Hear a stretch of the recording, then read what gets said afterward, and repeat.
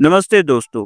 आज हम history, science और थोड़ा हास्य भाव के साथ आपको ले जाएंगे एक प्यारे सफर पर। आज का एपिसोड है एंशिएंट इंडियन इन्वेंशंस।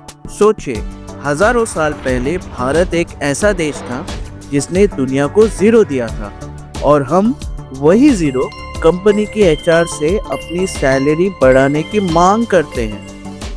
आज हम आर्यभट्ट के एस्ट्रोनॉमिकल मिस्ट्रीज, सुश्रुत के सर्जिकल वंडर्स और वो इंजीनियरिंग मार्वल्स एक्सप्लोर करेंगे जो आज भी हमारी टेक्नोलॉजी को इंस्पायर कर रहे हैं। ये सिर्फ हिस्ट्री का डिस्कशन नहीं है, बल्कि एक सेलिब्रेशन है उन विजनरी आइडियाज की जो भारत को दुनिया के लिए एक ट्रू पायनियर बनाती है। अगर आपको लगता है कि एंशिएंट इंडियन साइंस, टेक्नोलॉजी और मेडिसिन आज भी रेलेवेंट है, तो ये एपिसोड आपके लिए है। इस एपिसोड में हम देखेंगे कि किस तरह आर्यभट्ट के एस्ट्रोनॉमिकल डिस्कवरीज, सुश्रुत के मेडिकल इनोवेशंस और एंशिएंट इंजीनियरिंग मार्वल्स ने दुनिया को नए नजरिए दिए। तो बिना किसी देरी के शुरू करते हैं इस एक्साइटिंग जर्नी को, जहां हम एक्सप्लोर करेंगे कि कैसे इन ब्रिलियंट माइंड्स ने दुनिया का चेहरा बदला। आप भी हमारे साथ इस फैसिनेटिंग एक्सप्लोरेशन में शामिल हो जाइए।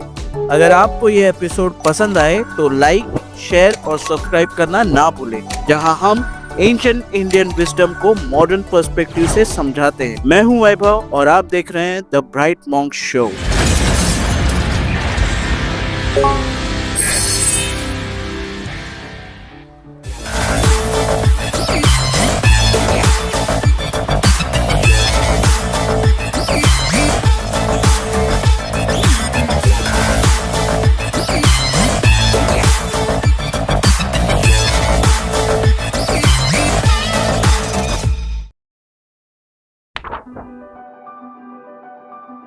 कंप्यूटर्स, स्पेस मिशंस और एआई के बिना आज की दुनिया कैसे चल सकती है, राइट? मतलब आज हम किसी भी चीज को सर्च करने के लिए गूगल पर कितने निर्भर रहते हैं, लेकिन क्या आप जानते हैं ये सब भारत के प्राचीन ज्ञान से शुरू हुआ था। हाँ, वही भारत जहाँ लोग जीरो को इतना सीरियसली लेते थे कि आज हम अपने बैंक बैलेंस देखकर रोना शुरू कर देते हैं। एस्ट्रोलॉजी में भी भारत के एंसेस्टर्स इतने अच्छे थे कि वो फ्यूचर को एक्यूरेटली प्रेडिक्ट कर लेते थे। अगर उन्हें आज के ज़माने की कार्स दिखाई जाती तो वो कहते, अरे भाई, हमने तो ये सब अपनी ज्योतिष विद्या से पहले ही देख लिया था। भारत ने दुनिया को दिया था शून्य और decimal system, astronomical insights, Bhaskaracharya के ट्रिग्नोमेट्री और अलजेब्रा के कॉन्सेप्ट। तो ये सब जानने के लिए लेट अस डाइव इन। जरा इमेजिन करिए, अगर जीरो ना होता तो क्या हम आज अपने मोबाइल पे मीम भेज पाते? क्या कंप्यूटर्स कैलकुलेशन कर पाते? ये शून्य भारत का गिफ्ट है जो 5th सेंचुरी में आर्यभट्ट और 7th सेंचुरी में ब्रह्मगुप्त ने दुनिया को दिया। अगर आज हम जीरो का यूज ना करते तो ना कंप्यूटर्स होते, ना यूट्यूब होता। अगर आपको ये वीडियो पसंद आ रहा है तो प्लीज लाइक एंड कमेंट करिए और वीडियो अंत तक जरूर देखें। आर्यभट्ट ने कहा था गणित शून्य के बिना अपूर्ण है, और उन्होंने जो बताया वही सच निकला। अगर ये जीरो ना होता तो दुनिया की बिगेस्ट अचीवमेंट जैसे कि स्पेस एक्सप्लोरेशन, वो कैसे होती? सोचिए, ये एक संख्या भर नहीं थी, बल्कि एक पर्सपेक्टिव था which was beyond time and space। 5th century के आर्यभट्ट ने सबको ये बता दिया था कि पृथ्वी अपनी दूरी पर घूमती है। इस वक्त दुनिया में सब लोग सोच रहे थे कि अर्थ फ्लैट है। तब आर्यभट्ट सोचते होंगे, भैया मैं अपनी दुनिया घूमकर ही बताऊंगा। आर्यभट्ट ने पाई का वैल्यू भी सही दिया था, जो आज हमारे मैथ्स का सुपरस्टार है। हाँ, जब दूसरे लोग एक्लिप्स को भगवान का गुस्सा समझते थे, आर्यभट्ट उसे साइंटिफिक तरीके से एक्सप्लेन कर रहे थे। आर्यभट्ट की किताब आर्यभट्टीय, जिसे समझने के लिए ट्रांसलेट किया गया वॉल्टर यूजिन क्लार्क द्वारा, डॉक्टर एपीजे अब्दुल कलाम जैसे महान साइंटिस्ट ने कहा था, आर्यभट्ट का योगदान मैथ्स और साइंटिफिक सोच के एक्सपेंशन का सिंबल है। उज्जैन भारत का एक प्राचीन नॉलेज हब था, जहां भास्कराचार्य ट्रिग्नोमेट्री और अलजेब्रा को नई ऊंचाइयों पर ले गए थे। उनकी किताब लीलावती कॉम्प्लेक्स प्रॉब्लम्स को सिंपल और एलिगेंट सॉल्यूशन के साथ एक्सप्लेन करती है। आज जो एल्गोरिथम और कोडिंग के प्रिंसिपल्स हैं, उनकी बुनियाद भास्कराचार्य ने ही रखी थी। भास्कराचार्य की ट्रिग्नोमेट्री और अलजेब्रा की थ्योरी देखकर आज के स्टूडेंट्स के भी दिमाग का दही हो जाता है। मतलब आज हम x और y को समझने में दिक्कत उठाते हैं, लेकिन भास्कराचार्य ने तो हर चीज को इक्वेशन में डाल दिया था। अगर आज के इंजीनियर्स उन्हें देखते तो वो बस अपने कैलकुलेटर को बोलते, सॉरी भाई आपका तो हो गया। कभी आपने YouTube पे कुछ सर्च किया हो और ऐसा लगे कि YouTube एल्गोरिदम आपको आपसे ज्यादा जानता हो, वो वही आपको दिखाता हो जो आप हमेशा देखना चाहते हैं? बिल्कुल सही कहा, वो आपकी आइडिया समझ जाता है। ये सब उन एल्गोरिदम्स की वजह से होता है। लीलावती को CNR राव, भारत के एक बड़े साइंटिस्ट, ने डिस्क्राइब किया था, it is not just a book but a celebration of human genius. आपको पता है, भारत ने दुनिया को योगा का वरदान दिया है, पर केवल इतना ही नहीं, एक ऐसी मेडिकल सिस्टम भी दी है जो आज भी रेलेवेंट है। आयुर्वेद। 1000 साल पहले की दुनिया की सोचिए, जब दवाई का मतलब सिर्फ बीमार को ठीक करना नहीं था, बल्कि उनको ये समझाना था कि भाई जिंदगी का असली मजा क्या है। आयुर्वेद का मतलब है साइंस ऑफ लाइफ, जिसमें एक फॉर्मूला है, खुश रहो, स्ट्रेस मत लो, एक्सरसाइज करो, अच्छा हेल्दी खाना खाओ और घर के मसाले का ही इस्तेमाल करना। ये वही सिस्टम है जहां बॉडी में पेन होने पर हल्दी वाला दूध पिया जाता है और सर्दी जुकाम होने पर अदरक वाली चाय से ट्रीट करते हैं। सुश्रुत संहिता लिखने वाले सुश्रुत, जिन्हें हम फादर ऑफ सर्जरी कहते हैं, मतलब ये आदमी इतना आगे था कि 300 से ज्यादा सर्जिकल प्रोसीजर्स और 120 सर्जिकल टूल्स डिजाइन कर चुका था, और हम लोग डॉक्टर गूगल से डायग्नोसिस ले रहे हैं। प्लास्टिक सर्जरी का कॉन्सेप्ट भारत से शुरू हुआ। कैटरैक्ट सर्जरी भी भारत की ही देन है। सोचिए, जब दुनिया झाड़ फूक तक लिमिटेड थी, तब भारत में एक्चुअल सर्जरी की जा रही थी। डॉक्टर कलाम कहते हैं, सुश्रुत नॉलेज इनोवेशन के DNA को रिफ्लेक्ट करता है। दूसरी तरफ चरक संहिता, जो लिखी गई थी तक्षशिला में, जो उस वक्त भारत का एक नॉलेज हब था, मतलब गूगल से भी ज्यादा रिलायबल। चरक ने हमें ये सिखाया कि स्वस्थ रहने का मतलब सिर्फ बीमारी का इलाज करना नहीं, बल्कि प्रिवेंशन और लाइफस्टाइल का ध्यान रखना है। मतलब ये नहीं कि एक दिन में 5 बर्गर खा के दूसरे दिन में योगा करेंगे और सोचेंगे सब ठीक हो जाएगा। चरक कहते थे, जब तक बॉडी बैलेंस में है तब सब कुछ सही चलेगा। मतलब अगर बॉडी में बैलेंस ना हो तो वर्क लाइफ बैलेंस भी नहीं चल सकता। चरक ने हमें बताया था त्रिदोष सिस्टम के बारे में। उसके थ्रू वात, पित्त और काफ का बैलेंस हेल्थ के लिए जरूरी है।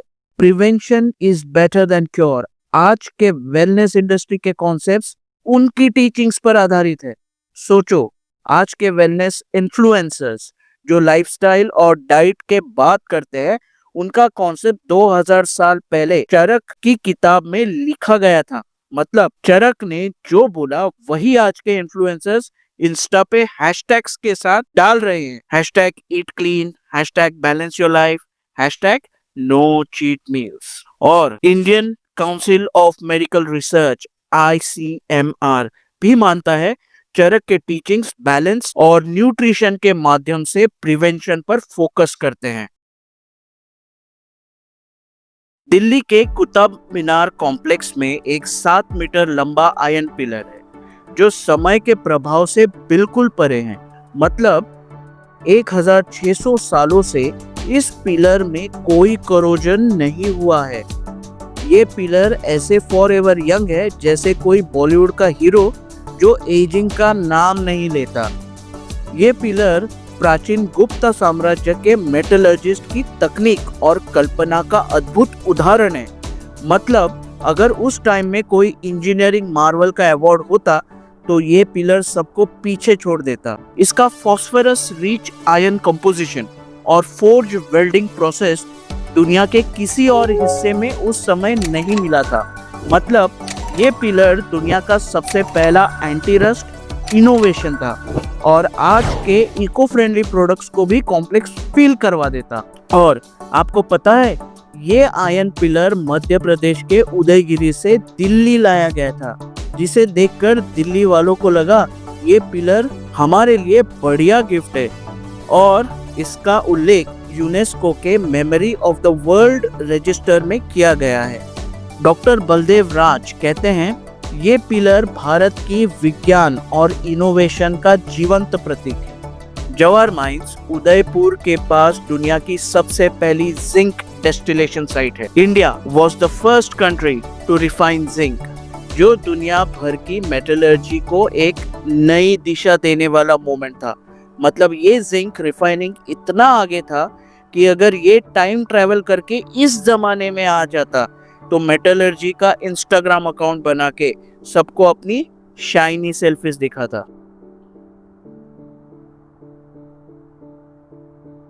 क्या आपने कभी सोचा है कि प्राचीन भारत के लोग बिना मॉडर्न टूल्स के ऐसे इंजीनियरिंग मार्वल्स कैसे बनाते थे? मतलब आज हम अपने फोन्स के ऑटो करेक्ट से काफी स्ट्रगल करते हैं और वो लोग बिना जीपीएस के पूरी दुनिया का मैप बनाते थे।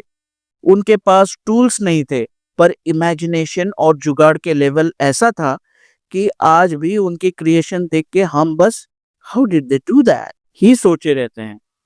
जरा गुजरात और राजस्थान के उन सूखे इलाकों को इमेजिन करिए जहां बारिश कम होती थी, फिर भी वहां के लोगों ने कुछ एक्स्ट्राऑर्डिनरी डिजाइन किया। स्टेप वेल्स जो पानी के प्रबंधन का एक यूनिक सॉल्यूशन था और 3rd सेंचुरी बीसीई के समय बना था। मतलब आज के टाइम में हम अपने वाटर बिल्स देख के परेशान होते हैं, लेकिन उन्होंने तो पानी का सॉल्यूशन ही निकाल लिया था। सबसे मशहूर इसमें से है रानी की वाव, जो गुजरात के पटन में है। सिर्फ एक पानी स्टोर करने की जगह नहीं है, ये एक यूनेस्को वर्ल्ड हेरिटेज साइट है जो इंट्रिकेट कार्विंग्स और फ्लॉलेस ज्योमेट्री से सजी हुई है।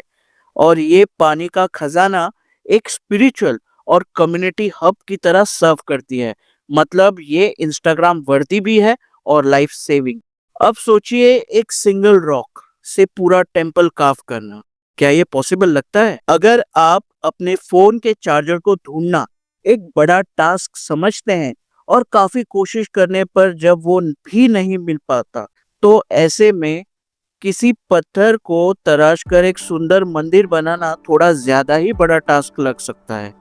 लेकिन महाराष्ट्र के अजंता और एलोरा केव्स के पास एक लेजेंडरी साइट है जहां एक पहाड़ नुमा पत्थर को काट कर एक विशाल मंदिर बनाया गया, जो अब तक दुनिया को वाव फील करवा रहा है। अजंता केव्स अपने एक्सक्विजिट बुद्धिस्ट म्यूरल्स के लिए मशहूर है, जहां हर एक छवि इतनी सुंदर है ऐसा लगता है जैसे किसी सेलिब्रिटी का परफेक्ट शॉट। बस ये थोड़ा ज्यादा अद्भुत और पुराना है। एलोरा का कैलाश टेम्पल जो लॉर्ड शिव को डेडिकेटेड है, दुनिया का सबसे बड़ा मोनोलिथिक टेम्पल है।